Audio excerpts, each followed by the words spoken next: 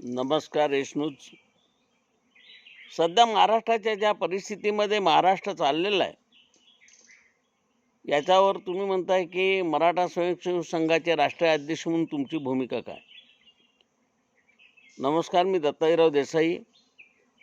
माझी ही भूमिका आहे की सध्याची परिस्थिती चालली आहे, मग वाल्मिक करार असो, संतोष देशमुखांचा खून असो, ह्या ज्या भानगडी चाललेल्या आहेत ह्या सगळ्याची पाळेमुळे खणून काढणं हे पहिलं महाराष्ट्र शासनाचं काम आहे. आज राज्याचा मुख्यमंत्री आणि गृहमंत्री हे देवेंद्र फडणवीस साहेब आहेत.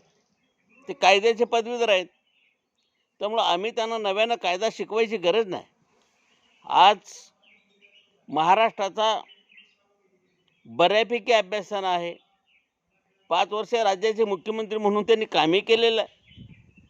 त्यामुळं कोण किती ताकदीचं आहे, कोण काय करू शकतो, मंत्रिमंडळात असणारे आपले सहकारी, महाराष्ट्राचे माजी मुख्यमंत्री, आता सध्या विद्यमान दोन्ही उपमुख्यमंत्री, ह्या सगळ्यांच्याबद्दल त्यांची मतंही ठरलेली आहेत. एकमेकास सहाय्य करू अवघे धरू सुपंत या न्यायानं आता हे सरकार स्थापन झालेलं आहे.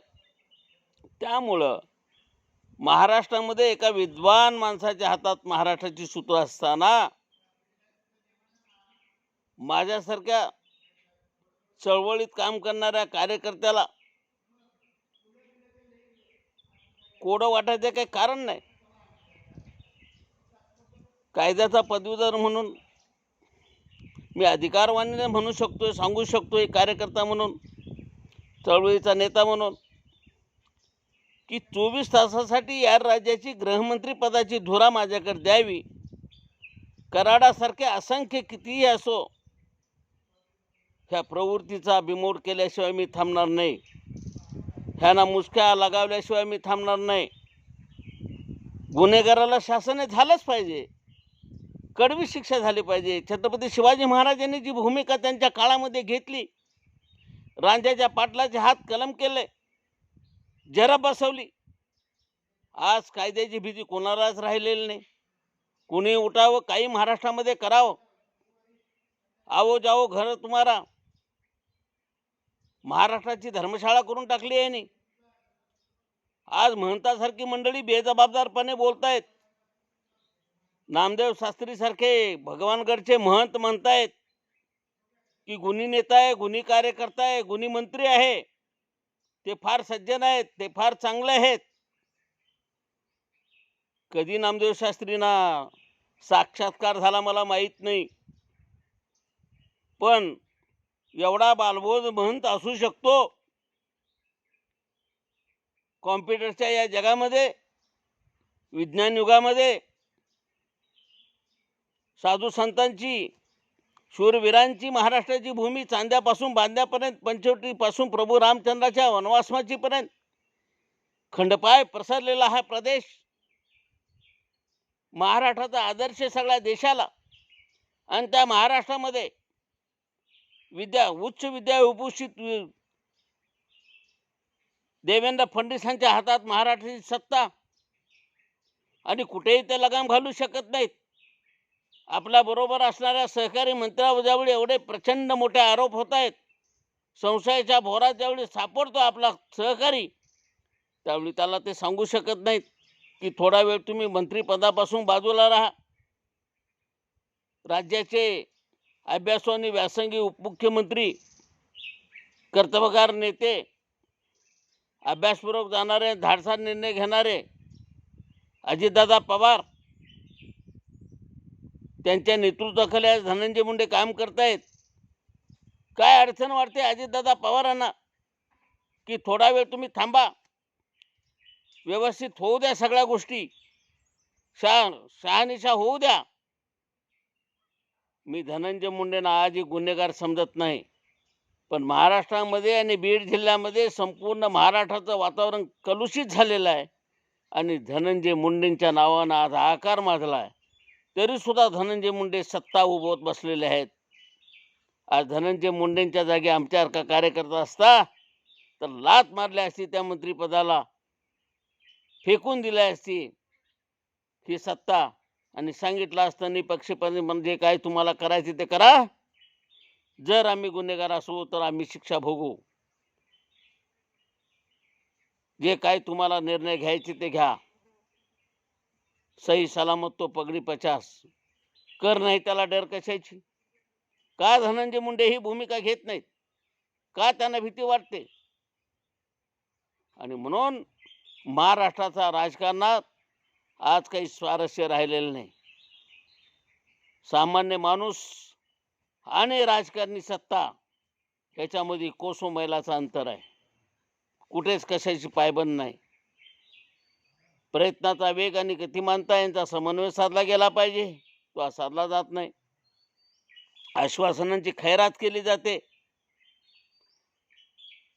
निवडणुकीच्या वेळी दिलेली आश्वासन समितीच्या माध्यमातून तर नेहमीच देतात, पण ह्यांनी तयार केलेले पक्षाचे करारनामे, जाहीरनामे आज कुठल्या अवस्थेमध्ये आहेत.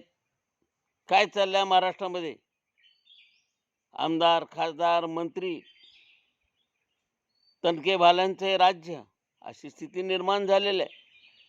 सामान्य माणसाकडे अक्षम्य दुर्लक्ष केलं जात आहे.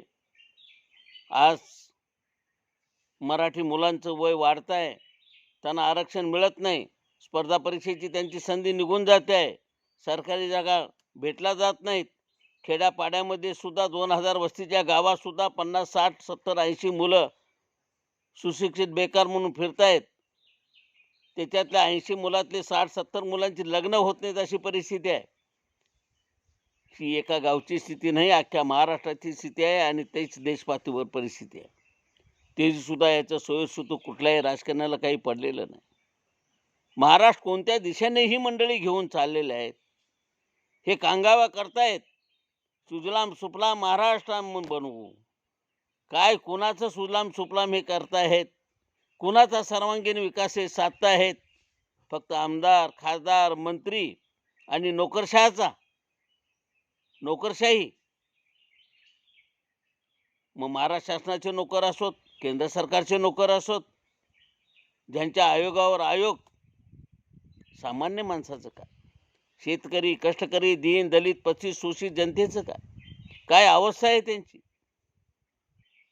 आज भ्रमंती करावी लागते. मग धनगर समाज असतो, वंजारे असो, बंजारे असो, मराठा असो, लिंगायत असो, जैन असो, मुस्लिम असो, कोणत्याही जाती धर्माचा मनुष्य असो, हजारो जातीचे लोक या महाराष्ट्रामध्ये आणि देशामध्ये गुण्यागोविंदाने कित्येक वर्ष, हजारो वर्षाचा इतिहास आपल्या देशाला, की गुण्यागोविंदांना आणतायत.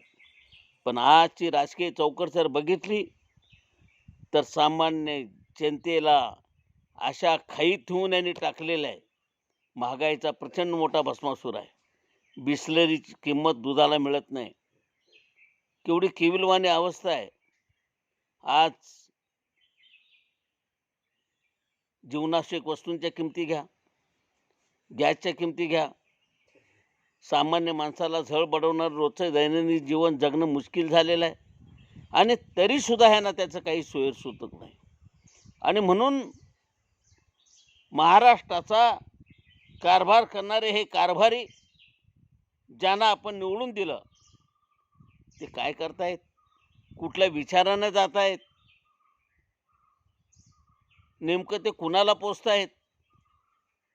आज वाल्मिक कराडसारखा एका मंत्र्याचा कार्यकर्ता, स्थानिकला त्यांचं नेटवर्क बघणारा, जर हजारो कोटीचा मालक असेल तर अशा मंत्र्यांचे, अशा आमदारांचे, अशा खासदारांचे वाल्मिक आहेत किती महाराष्ट्रामध्ये, ह्यांचा पहिला शोध घ्यावा लागेल. आणि हे समीकरण, हे टोळयुद्ध मुळासकट निपटून टाकावं लागेल. महाराष्ट्राला लागलेली कीड आहे. आज प्रत्येक पक्षामध्ये, ह्या पक्षामध्ये आहेत आणि त्या पक्षामध्ये नाहीत असं म्हणता येणार नाही. प्रत्येक पक्षात ही कीड आहे. ही निखारे जे आहेत, अस्थनीतले निखारे आहेत, हे शोधून काढले पाहिजे. आणि वेळी छाना मुसक्या जर नाही लावल्या, राज्याचा मुख्यमंत्री म्हणून, गृहमंत्री म्हणून देवेंद्र फडणवीसांची तर ही जबाबदारी आहेच, महाराष्ट्राला दिशा द्यायची, आज महाराष्ट्राची होणारी दशा थांबवायची. त्याचबरोबर त्यांच्या दोन्ही उपमुख्यमंत्र्यांची आणि संपूर्ण मंत्रिमंडळाची आणि लोकप्रतिनिधी म्हणून काम करणाऱ्या संपूर्ण आमदारांची नैतिक जबाबदारी आहे. खासदारांचीही जबाबदारी आहे. दिल्लीमध्ये जाऊन फक्त खुर्च्या उभवण्यापेक्षा त्यांनी सुद्धा केंद्र शासनाला भाग पडलं पाहिजे. महाराष्ट्रातून कर जातो किती आणि महाराष्ट्राला दिल्लीतून मदत होते किती, महाराष्ट्रातले प्रमुख उद्योग पळतात कुठे आणि महाराष्ट्राची आज दिशाहीन अवस्था करायला जबाबदार कोण, ह्या सगळ्याचा जाब त्यांनी विचारला पाहिजे. आज जर ते काहीच होत नाही, आज सगळा बट्ट्या बोळ चाललेला आहे. सामान्य माणसांचं जीवन हे उद्ध्वस्त झालेलं आहे. अशा अवस्थेमध्ये ना शेतकरी सुखी, ना कष्टकरी सुखी, ना शेतमजूर सुखी. हालाकीचं जीवन सर्वसामान्याच्या वाट्याला आणि बांडगुळे ह्यांनी पोचलेत. महाराष्ट्रामध्ये गुन्हेगारी प्रवृत्ती वाढते आहे आणि ह्या वाढत्या गुन्हेगारीला जबाबदार जर कोण असतील तर त्या भागातले नेते आहेत. आणि म्हणून नेत्यांच्या मुसक्या पहिल्या आवडल्या पाहिजे. 5 वर्षापूर्वी, 10 वर्षापूर्वी, 15 वर्षापूर्वी, 20 वर्षापूर्वी राजकारणातला त्याचा जो प्रवास आहे, त्या प्रवासापासून आता ते कुठल्या स्थितीत आहेत आणि हे अवांतर पैसे त्यांचे जावाई बडेजाव आणि हे सगळं आलं कुठून, ह्याचाही शोध घेतला गेला पाहिजे. प्रत्येक आमदार, खासदार आणि मंत्र्यांच्या चौकशा लावल्या पाहिजे आणि किमान त्यांना गरजेपुरतं ठेवलं पाहिजे आणि बाकी सगळं सरकार जमा केलं पाहिजे. आणि हे जोपर्यंत होत नाही तोपर्यंत हे पक्ष असेच वाढणार, हे पक्ष असेच टोळे युद्ध चालू ठेवणार आणि महाराष्ट्राला कपलक केल्याशिवाय राहणार नाहीत, किंबहुना पर्यायाने देशाला कपलक बनवल्याशिवाय राहणार नाहीत, अशी अवस्था आहे. मराठा स्वयंसेवक संघाचा एक राष्ट्रीय अध्यक्ष म्हणून मी जबाबदारीने सांगतोय, मी एक चळवळीतला कार्यकर्ता आहे. अनेक राजकीय पक्षांचा अनुभव घेतलेला आहे. गेल्या 40-45 वर्षामध्ये 4 दशकापेक्षा अधिक काळ राजकीय पक्षामध्ये काम करत असताना हे जवळून बघितलेलं आहे. पैसेवाला, धनिक किंवा अगदी लाचार, भ्रष्टाचारानं माखलेला, गुन्हेगारी वृत्तीचा, त्यांना त्या पक्षामध्ये स्थान मिळतं, पण चांगल्या माणसाला तिथं स्थान मिळत नाही. हुशार असेल, विद्वान असेल, स्वतःचं त्याचं मत असेल, समाजाच्या उपयोगी असेल तर त्याला कुठेही स्थान मिळत नाही. बाजार मुनगे, लाळघोटेपणा असणारे, लाचारी आणि स्वतः गुन्हेगारी वृत्तीचे लोक हेच कुठलाही नेता आपल्या सोयीचं राजकारण करतो. आपली गैरसोय होणार नाही ही पहिल्या दिवशीपासून तो काळजी घेतो. त्याची गैरसोय होऊ नये म्हणून काळजी घेतल्याबद्दल मला दुःख नाही, पण त्यांनी जो भापट पसारा या महाराष्ट्राच्या राजकारणामध्ये आणलेला आहे आणि केलेला आहे, हे ह्यांचे वाल्मिकीसारखे गुणी कार्यकर्ते महाराष्ट्रात सर्वत्र पसरलेले आहेत. प्रत्येक आमदार, खासदाराच्या मागे अशा टोळ्या आहेत. त्या टोळ्यांचा शोध घेतला पाहिजे आणि महाराष्ट्रात टोळीपासून वाचवला पाहिजे. ही जबाबदारी महाराष्ट्राच्या मुख्यमंत्र्याची, मंत्र्यांची, आमदारांची, खासदारांची आहे. आणि हे जर शुद्धीत येत नसतील तर सर्वसामान्य जनतेनं आता जागृत होण्याची गरज आहे आणि ह्यांना शुद्धीवर आणण्याचं काम करण्याची गरज आहे. आणि म्हणून उपोषण न करता आमरण उपोषणाचे नारे देत बसण्यापेक्षा आणि हॉस्पिटलमध्ये जाऊन ॲडमिट होण्यापेक्षा मनगटात जोर वाढवणं आणि ही दादागिरी, ही गुंडगिरी चालू न देणं हे नागरिकांचे काम आता जबाबदारीचं आहे. आणि ती जबाबदारी जनमानसात वावरणाऱ्यांनी आणि नागरिकांनी आपलं कर्तव्यापासून बाजूला न जाता काय व्हायचे ते होऊ दे. दुसऱ्याचं घर जळताना बरं वाटतं, पण ज्यावेळी स्वतःचं घर जळत असेल त्यावेळी मग त्या यम्यातना सहन करायची पाळी येते.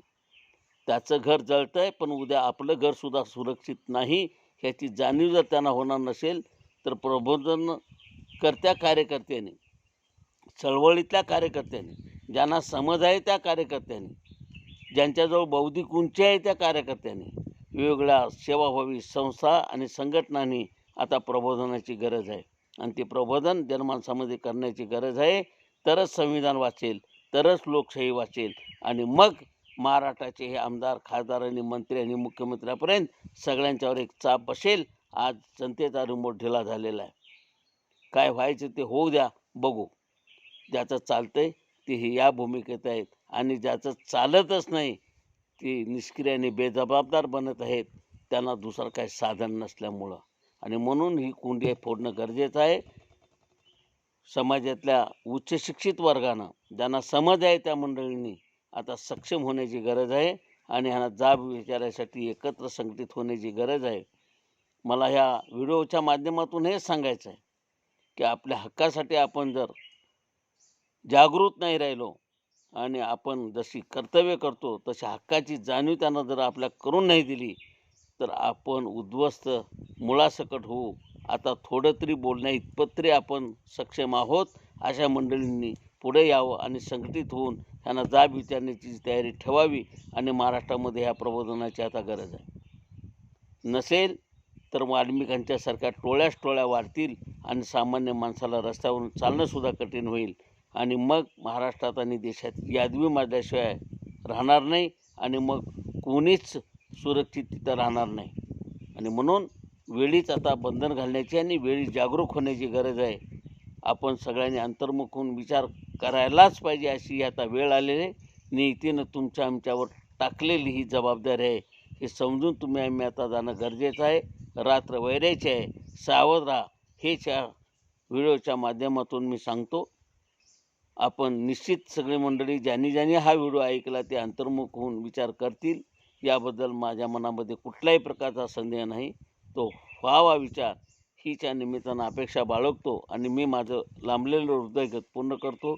जय हिंद, जय महाराष्ट्र, जय भारत, जय एस टी व्ही.